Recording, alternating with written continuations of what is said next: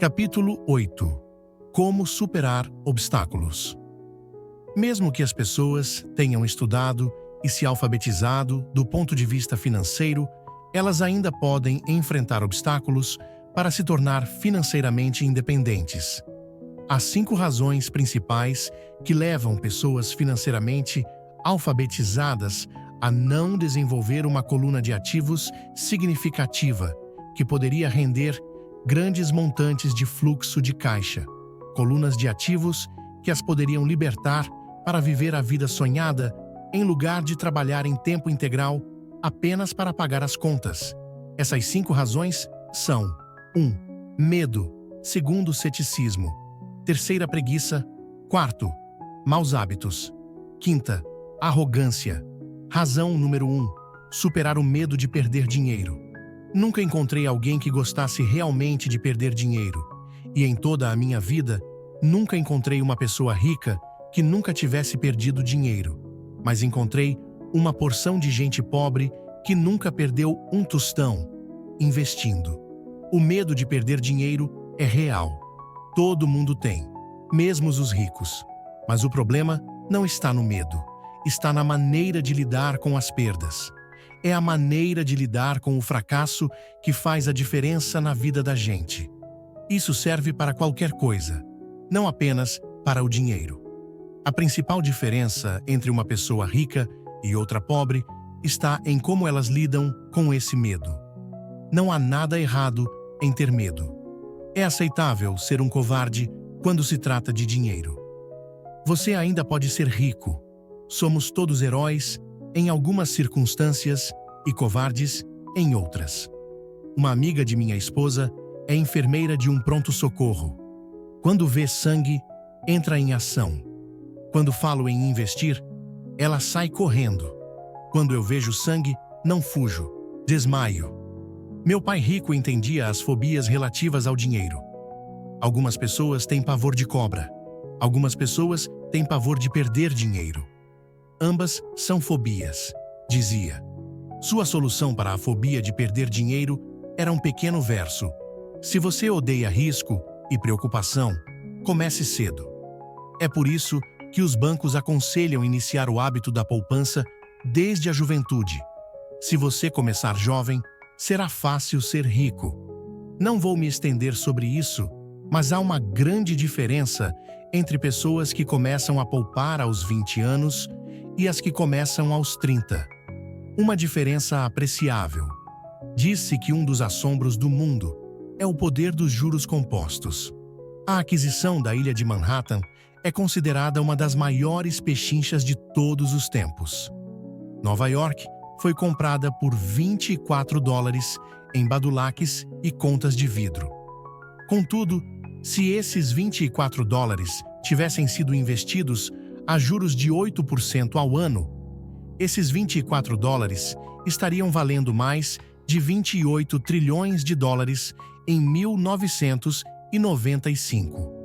Manhattan poderia ser recomprada e ainda sobraria dinheiro para comprar boa parte de Los Angeles, especialmente com os preços de imóveis vigentes em 1995. Meu vizinho trabalha para uma grande empresa de computadores. Está lá há 25 anos. Em 5 anos, ele deixará a empresa com $4 milhões em seu fundo de pensão privado. O dinheiro está aplicado em fundos mútuos altamente rentáveis, que ele converterá em títulos e papéis do governo. Ao aposentar-se, ele estará com 55 anos e terá um fluxo de caixa de cerca de $300 mil americanos ao ano, mais do que o seu salário atual. Isto quer dizer que é possível fazer, mesmo se você não quer perder ou odeia riscos. Mas precisa começar cedo e fazer um plano de pensão. Além disso, você deveria contratar um consultor financeiro em que confie antes de investir. Mas se não tiver muito tempo pela frente ou se quiser aposentar-se mais cedo, como você lida com o medo de perder dinheiro? Meu pai pobre não fez nada.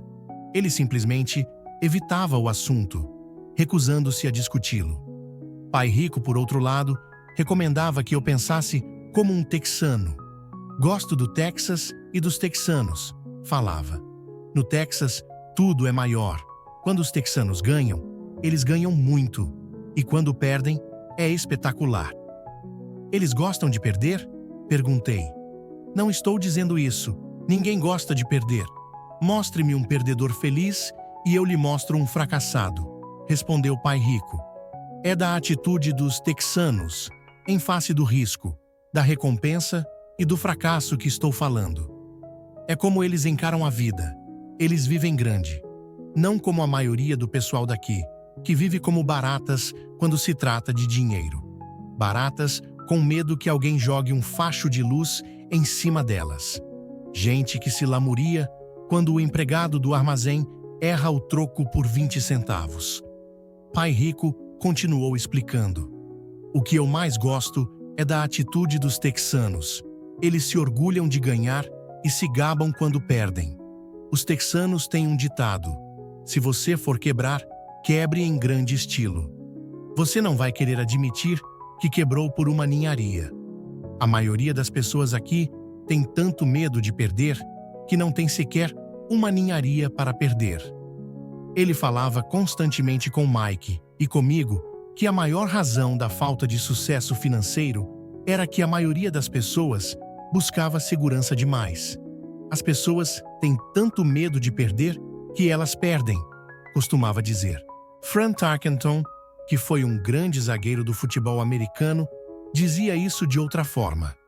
Vencer significa não ter medo de perder. Ao longo de minha vida, observei que os ganhos em geral se seguem às perdas. Antes de aprender a andar de bicicleta, levei muitas quedas. Nunca encontrei um jogador de golfe que não tivesse perdido alguma vez uma bola. Nunca encontrei alguém apaixonado que nunca tivesse tido o coração despedaçado. E nunca encontrei ninguém rico que não tivesse perdido dinheiro.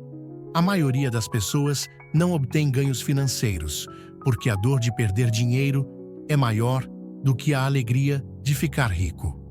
Outro ditado do Texas é: todos querem ir para o céu, mas ninguém quer morrer. Todos sonham em ser ricos, mas têm pavor de perder dinheiro. Então, nunca se chegará ao céu. Pai Rico costumava contar para Mike e para mim histórias de suas viagens ao Texas. Se você quer realmente aprender como lidar com o risco, com as perdas e com os fracassos, vá para San Antônio e visite o Álamo.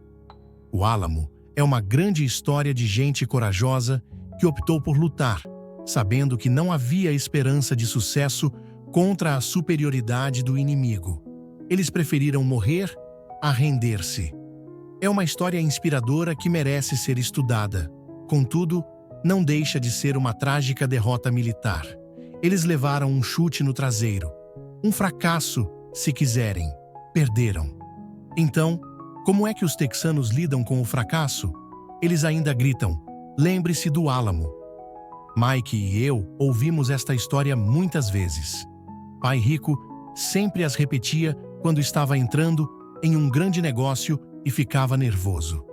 Depois que tinha estudado tudo e era pegar ou largar, ele nos contava a história. Toda vez que sentia medo de cometer um erro ou de perder dinheiro, ele nos contava a história. Ela lhe dava força. Lembrava-lhe que sempre é possível transformar uma perda financeira em um ganho financeiro. Pai Rico sabia que esse fracasso o tornaria mais forte e mais esperto. Não é que ele quisesse perder, apenas sabia quem ele era e como ele aceitaria a perda. Ele pegaria uma perda e a transformaria em um ganho.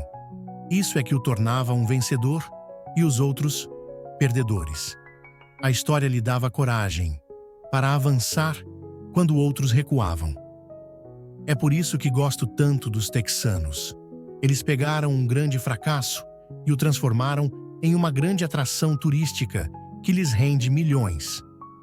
Provavelmente, as palavras que mais significam para mim nos dias de hoje são estas: os texanos não escondem seus fracassos, são inspirados por eles. pegam seus fracassos e os transformam em gritos de guerra.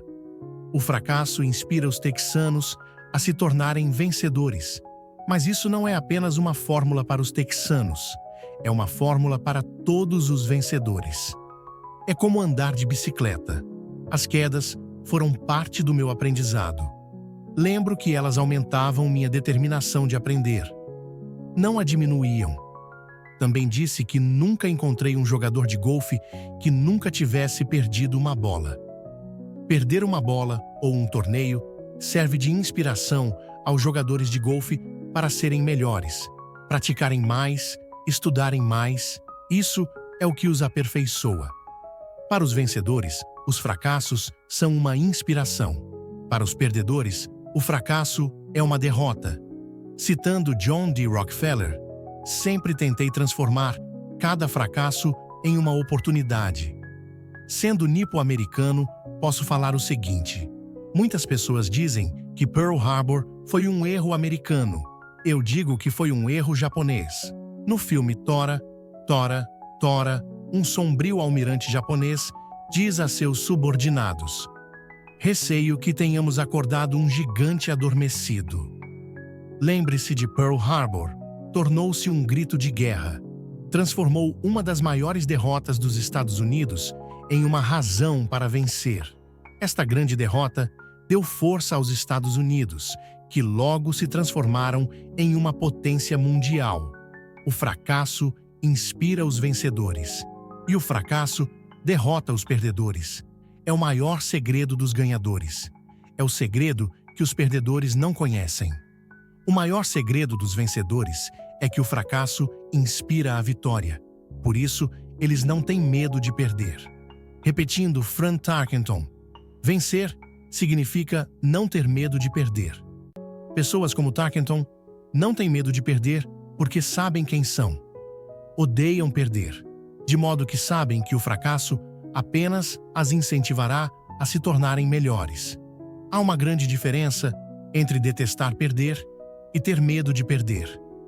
A maioria das pessoas tem tanto medo de perder dinheiro que acaba perdendo. Elas quebram por uma ninharia. Financeiramente, desejam segurança demais e têm um horizonte estreito. Compram casas grandes e carros grandes, mas não fazem grandes investimentos. A principal razão que leva 90% dos americanos a ter problemas financeiros é que eles jogam para não perder. Não jogam para ganhar. Eles procuram seus consultores financeiros, ou seus contadores, ou seus corretores e adquirem um portfólio equilibrado.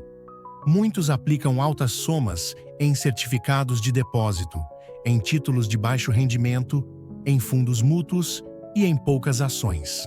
É um portfólio seguro e inteligente, mas não é um portfólio vencedor. É o portfólio de quem não quer perder. Não me entenda mal. É provavelmente um portfólio melhor do que o da média da população, mas isso é apavorante. Um portfólio seguro é melhor do que nenhum portfólio. É um grande portfólio para quem adora a segurança. Mas buscar a segurança e o equilíbrio em seu portfólio de aplicações não é a forma como jogam os investidores bem-sucedidos. Se você tem pouco dinheiro e quer ficar rico, você deve estar focado, não equilibrado. Se você observar qualquer pessoa bem-sucedida, verá que no início elas não estavam equilibradas. Pessoas equilibradas não vão a lugar algum, ficam em um lugar. Para progredir, é preciso, no início, de um desequilíbrio. Veja como você progride quando anda. Thomas Edison não estava equilibrado. Estava focado. Bill Gates não estava equilibrado. Estava focado. Donald Trump está focado. George Soros está focado. George Patton não distribuiu seus tanques por uma área ampla. Ele os focou e arrasou os pontos fracos da linha alemã. Os franceses se espalharam pela linha Maginot, e você sabe o que aconteceu com eles. Se você tem algum desejo de ser rico, você deve focar. Pôr uma porção de ovos em umas poucas cestas. Não fazer o que fazem os pobres e a classe média. Põe poucos ovos em muitas cestas. Se você odeia perder, procure a segurança. Se perder o enfraquece, procure a segurança. Procure aplicações equilibradas. Se você tem mais de 25 anos e está apavorado em assumir riscos, não mude. Procure a segurança, mas comece cedo. Comece a formar suas poupanças cedo, porque vai levar tempo. Mas se você tem sonhos de liberdade, a primeira coisa a perguntar-se é: qual a minha reação ante o fracasso? Se o fracasso o inspirar a ganhar, talvez você deva seguir adiante, mas só talvez. Se o fracasso o enfraquece ou o leva ao desespero, como os garotos mimados que correm ao advogado para processar alguém toda vez que as coisas não saem do seu jeito, então procure a segurança. Fique com seu emprego. Ou compre títulos ou fundos mútuos. Mas lembre que esses instrumentos financeiros também têm seus riscos, mesmo sendo mais seguros. Digo tudo isso citando os texanos e Frank Tarkenton, porque aumentar a coluna de ativos é fácil. É realmente um jogo que não exige grandes atitudes, não exige muita instrução. A matemática do primeiro grau resolve. Mas aumentar a coluna de ativos é um jogo de atitude. Exige garra, paciência e resistência ante o fracasso. Os perdedores evitam o fracasso. E o fracasso transforma perdedores em vencedores. Lembre-se do álamo. Razão número 2. Superar o ceticismo. O céu está caindo. O céu está caindo. Todos nós conhecemos a história da galinha pessimista que corria em torno do terreiro anunciando o fim do mundo. Todos conhecemos gente assim. Mas todos temos uma galinha pessimista dentro de nós.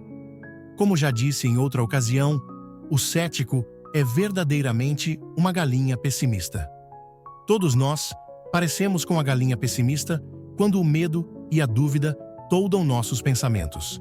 Todos nós temos dúvidas. Não sou inteligente. Não sou tão bom assim. Fulano é melhor do que eu.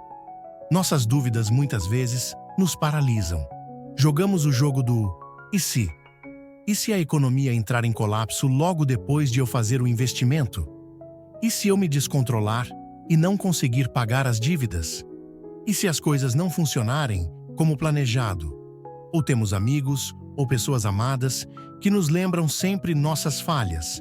Eles dizem frequentemente: "O que o faz pensar que você pode fazer isso? Se fosse uma ideia tão boa, então como foi que ninguém se lembrou disso antes?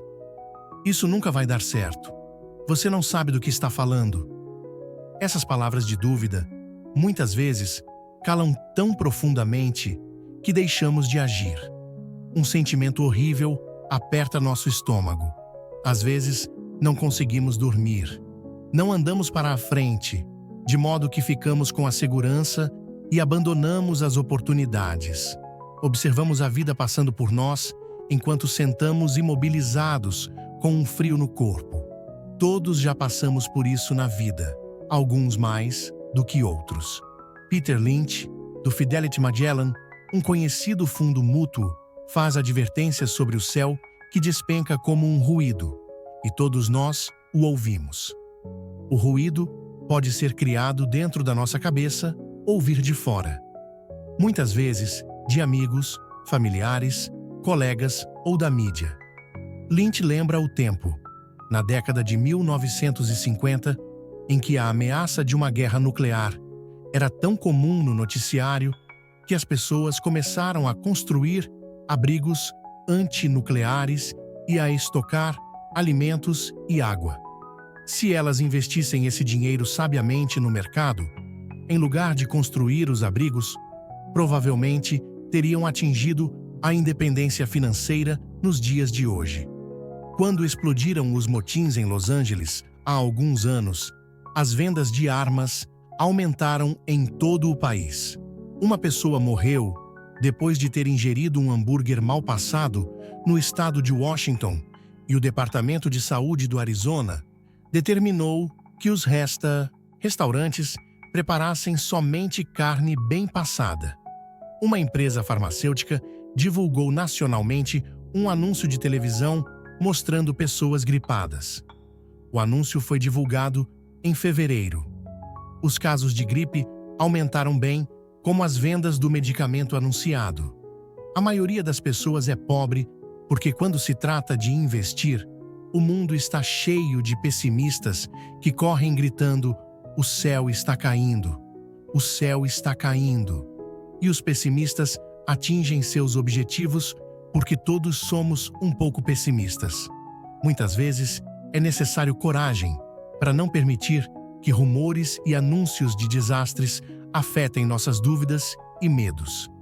Em 1992, um amigo chamado Richard foi de Boston a Phoenix para visitar minha mulher e eu. Ele estava impressionado com o que tínhamos feito por meio de ações e imóveis. Os preços dos imóveis em Phoenix estavam deprimidos. Passamos 2 dias mostrando-lhe o que considerávamos excelentes oportunidades de geração de fluxo de caixa e de valorização de capital. Minha mulher e eu não somos verdadeiramente corretores imobiliários, somos apenas investidores. Depois de identificar uma unidade em um condomínio de lazer, chamamos o corretor que a vendeu para Richard naquela mesma tarde. O preço era de apenas $42 mil para uma casa de 2 quartos. Unidades semelhantes estavam sendo vendidas a $65 mil. Meu amigo achou que era uma pechincha, fechou o negócio e voltou para Boston. 2 semanas depois, o corretor ligou dizendo que meu amigo tinha voltado atrás. Liguei imediatamente para ele a fim de saber o que ocorrera. Tudo o que ele disse foi que falou com um vizinho e este lhe disse que era um mau negócio. O preço era alto demais. Perguntei a Richard se o vizinho era um investidor. Richard respondeu: "Não." Quando eu lhe perguntei por quê, então lhe dava ouvidos, meu amigo partiu para a defensiva e simplesmente disse que preferia procurar um pouco mais. O mercado imobiliário de Phoenix se recuperou e, por volta de 1994, aquela pequena unidade estava sendo alugada por $1.000 mensais, $2.500 nos meses de inverno. Seu valor alcançava, em 1995, $95 mil americanos. Tudo o que Richard teria precisado era dar uma entrada de $5 mil e já teria dado o primeiro passo para sair da corrida dos ratos.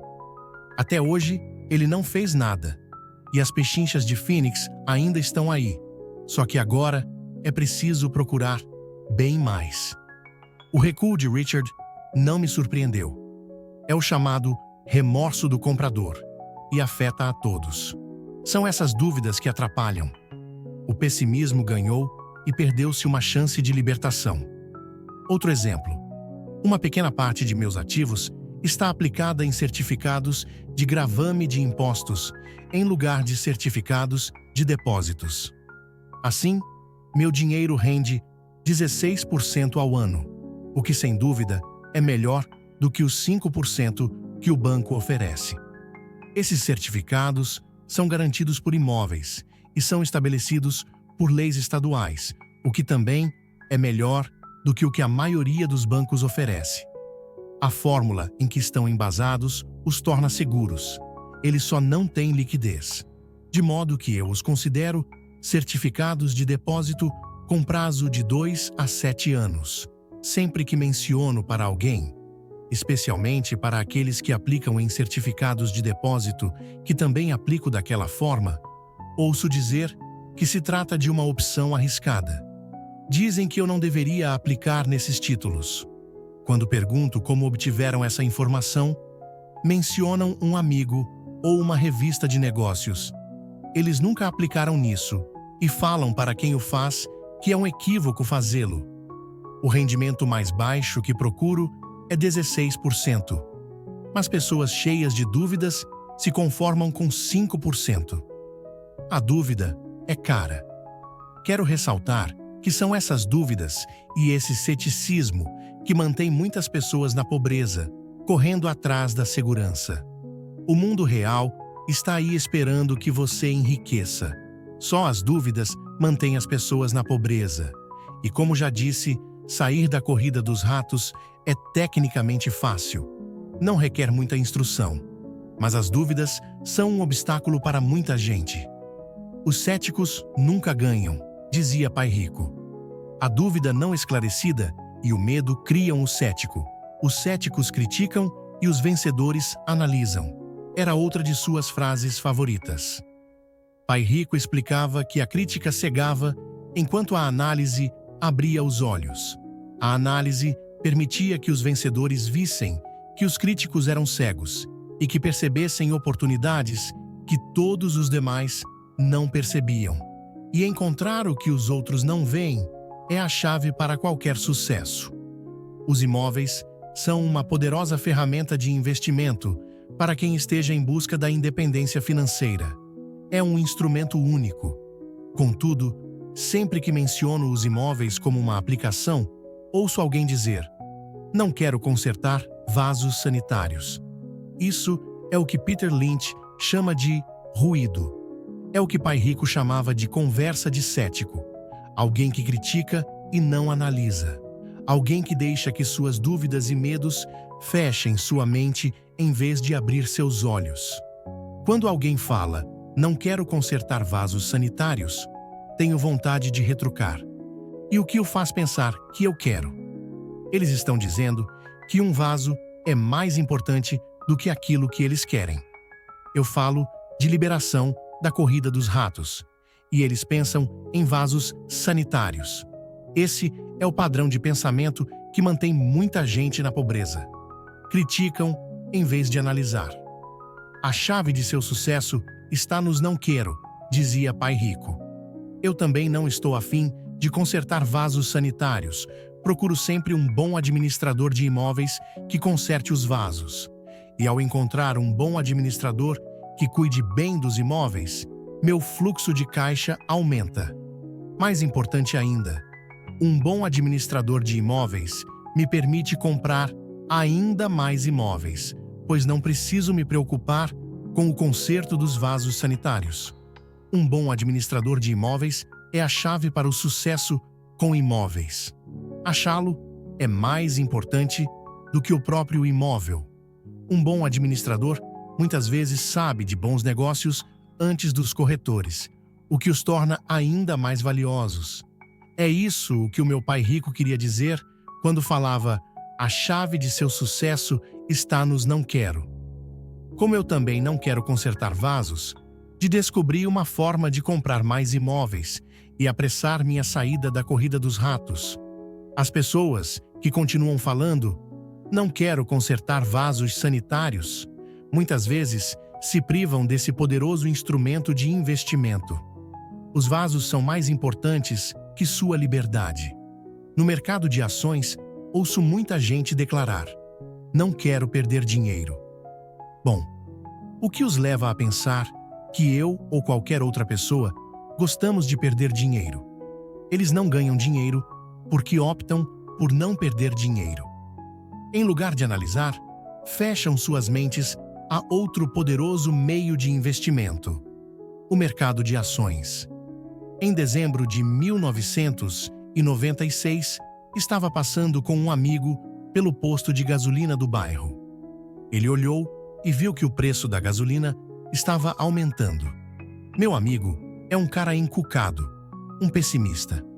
Para ele, o céu está sempre a ponto de cair e, em geral, cai sobre sua cabeça. Quando chegamos em casa, ele me expôs todas as estatísticas que mostravam por que o preço do petróleo deveria aumentar nos próximos anos. Estatísticas que eu nunca vira antes, mesmo quando eu já tinha um substancial bloco de ações de uma empresa petrolífera. Com essa informação em mãos, comecei a procurar e achei uma nova empresa petrolífera que estava a ponto de descobrir algumas jazidas.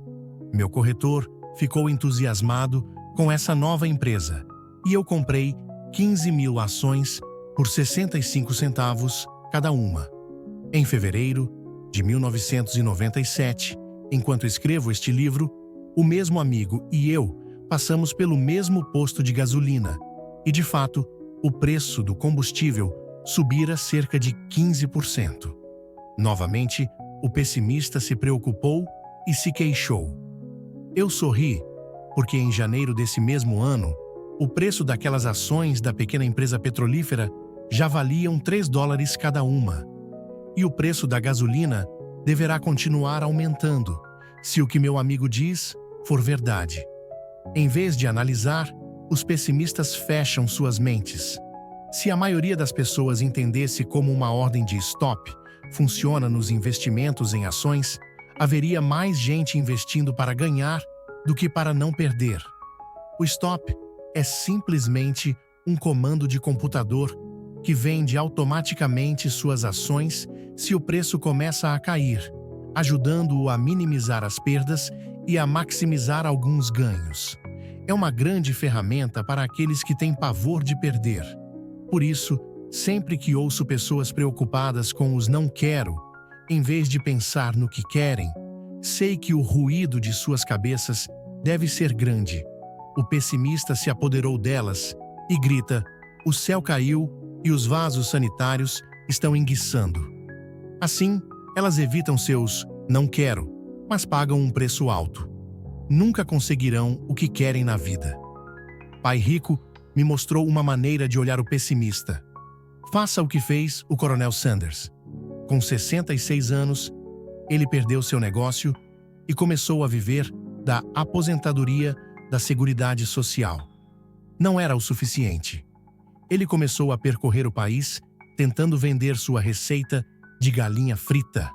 Ela foi recusada 1009 vezes antes que alguém dissesse sim. E ele acabou se tornando um multimilionário em uma idade em que a maioria das pessoas está desistindo. Ele era um homem corajoso e tenaz, dizia Pai Rico a respeito de Harlan Sanders. Assim, quando você estiver em dúvida e um pouco receoso, faça o que o Coronel Sanders fez com sua galinha. Ele a fritou. Razão número 3. Preguiça. Pessoas ocupadas são, com frequência, preguiçosas. Todos nós conhecemos histórias do homem de negócios que trabalha arduamente para ganhar dinheiro. Ele dá duro para ser um bom provedor de sua mulher e de seus filhos. Ele passa longas horas no escritório e leva trabalho para casa nos fins de semana. Um dia, ao chegar em casa, encontra-a vazia. Sua esposa foi embora com as crianças. Ele sabia que estava tendo problemas com a esposa, mas em vez de esforçar-se em fortalecer a relação, ele se dedicou ao trabalho. Desiludido, seu desempenho no emprego declina e ele é demitido. Hoje em dia, encontro frequentemente gente muito ocupada para cuidar de sua riqueza. E há pessoas muito ocupadas para cuidar da própria saúde. A causa é a mesma. Estão ocupadas e continuam ocupadas como forma de evitar algo que não desejam enfrentar. Ninguém precisa lhes dizer isso. No seu íntimo, elas sabem. De fato, se você falar sobre o assunto com elas, elas respondem muitas vezes com raiva ou irritação. Se não estão ocupadas com o trabalho ou com as crianças, muitas vezes estão ocupadas assistindo à televisão, jogando golfe ou fazendo compras. Contudo, lá no fundo, sabem que estão fugindo de algo importante. Essa é a forma mais comum de preguiça. A preguiça mantendo-se ocupado. E qual é a cura para a preguiça? A resposta está em um pouco de ambição. Muitos de nós fomos educados pensando que a ambição ou a ganância é algo ruim. Pessoas gananciosas são más, dizia minha mãe. Contudo, todos nós temos o desejo de possuir coisas belas, novas ou empolgantes. Para manter essa emoção de desejo sob controle, muitas vezes os pais encontram formas de suprir esse sentimento com culpa. Você só pensa em você mesmo, não sabe que tem irmãos e irmãs? Era uma das frases favoritas da minha mãe.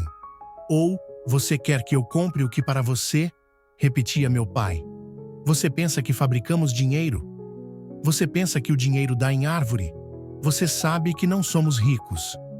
Não eram tanto as palavras, mas o sentimento de culpa que as acompanhava, o que me deixava possesso.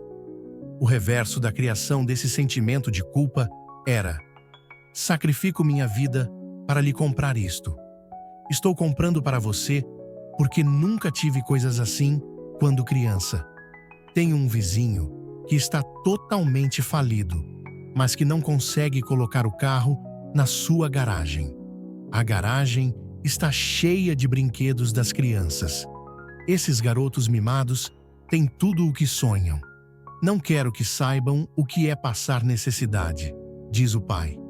Ele não tem um tostão guardado para mandar os filhos para a universidade ou para ele mesmo se aposentar, mas seus filhos têm todos os brinquedos possíveis.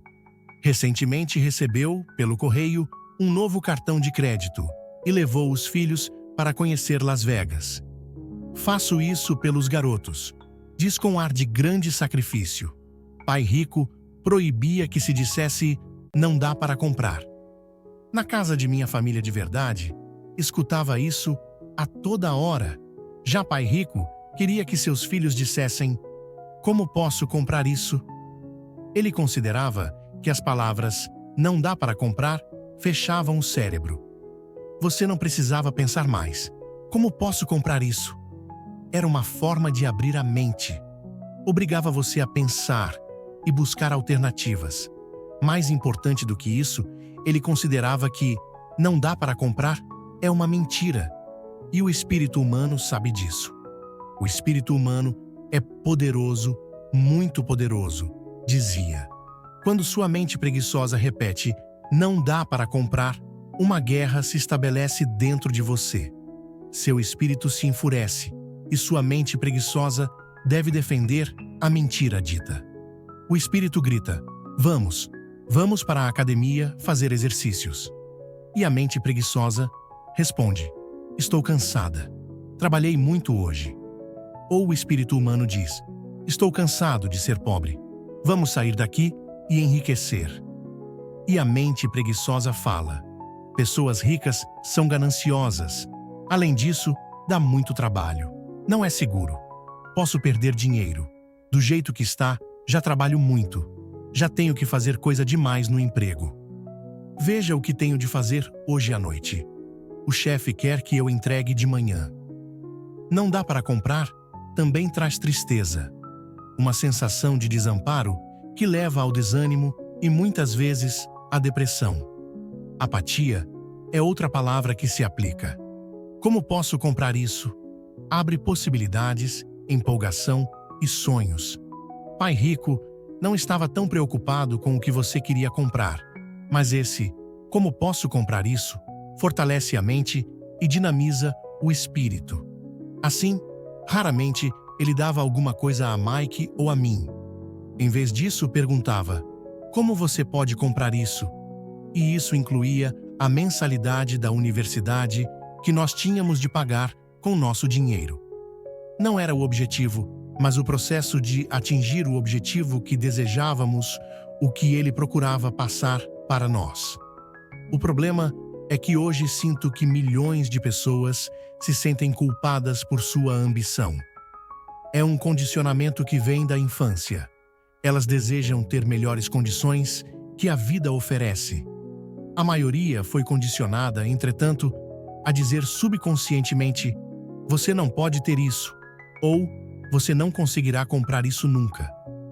Quando decidi sair da corrida dos ratos, havia uma questão simples: como posso conseguir não voltar a trabalhar mais?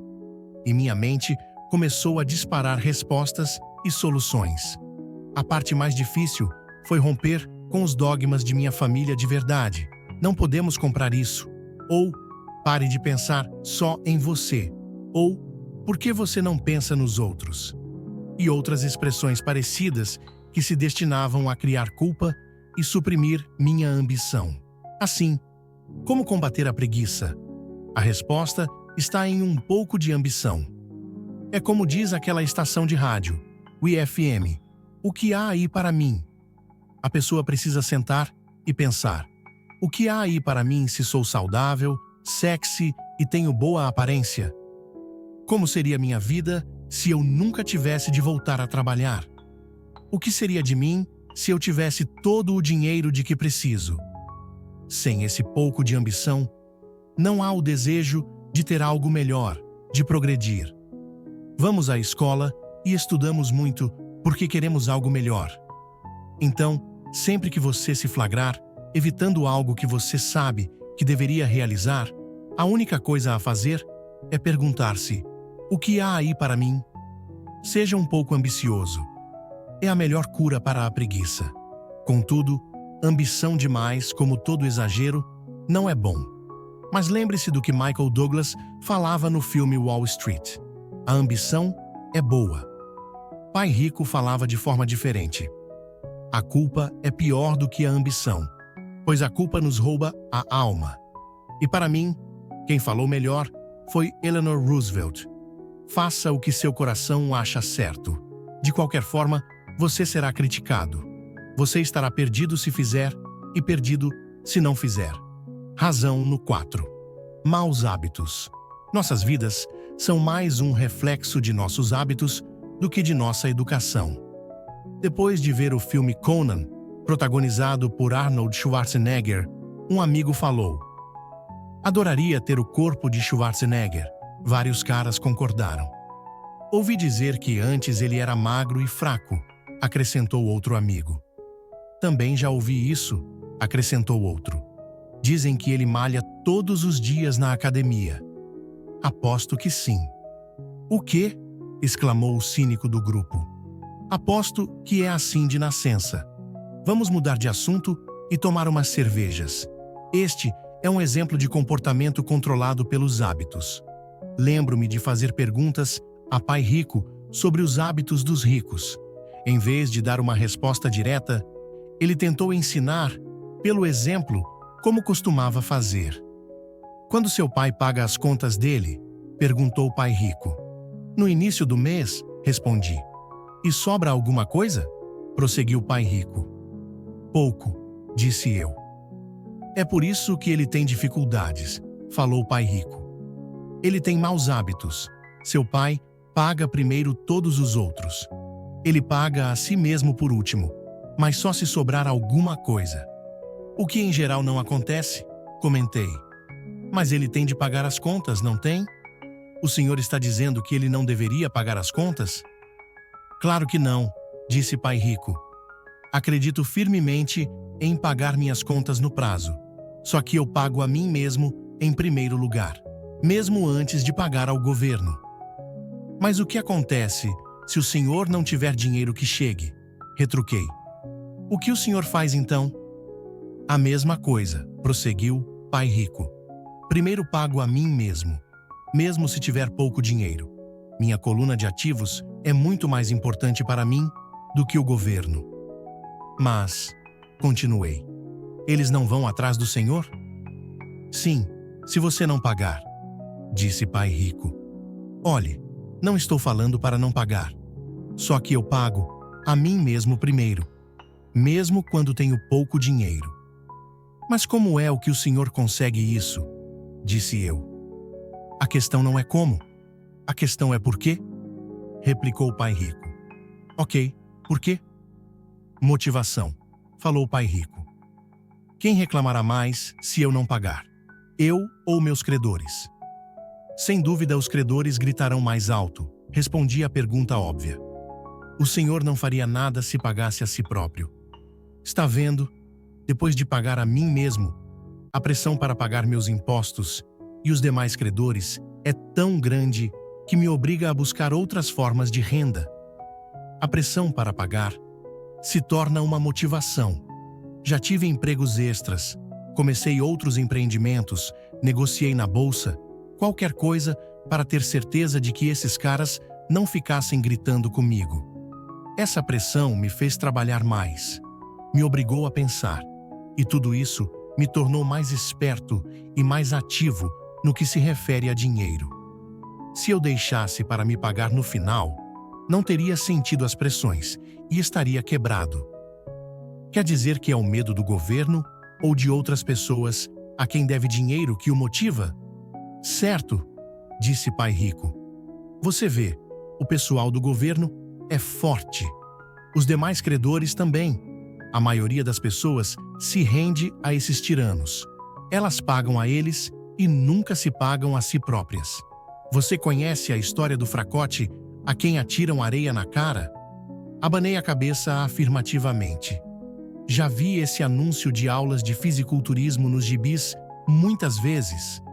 Bem, grande parte das pessoas deixa que os fortes lhes joguem areia na cara. Eu decidi usar o medo do tirano para me tornar mais forte.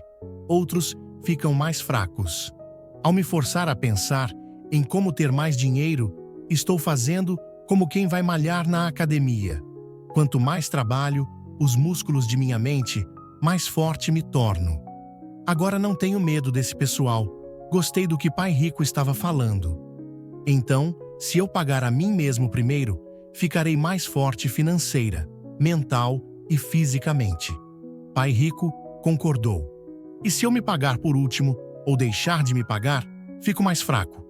Chefes, administradores, credores e locadores ficarão me perturbando a vida inteira, só porque não tenho bons hábitos quanto ao dinheiro. Igualzinho ao fracote do anúncio, disse Pai Rico. Razão no 5. A arrogância é ego mais ignorância. O que eu sei me faz ganhar dinheiro. O que eu não sei me faz perder dinheiro. Toda vez que fui arrogante, perdi dinheiro, porque quando sou arrogante, acredito mesmo que o que não sei não é importante. Repetia frequentemente Pai Rico. Descobri que muita gente usa a arrogância para tentar esconder a própria ignorância. Isso costuma acontecer quando discuto demonstrações financeiras com contadores ou até com outros investidores. Eles tentam forçar caminho na discussão. Para mim, fica claro que não sabem do que estão falando.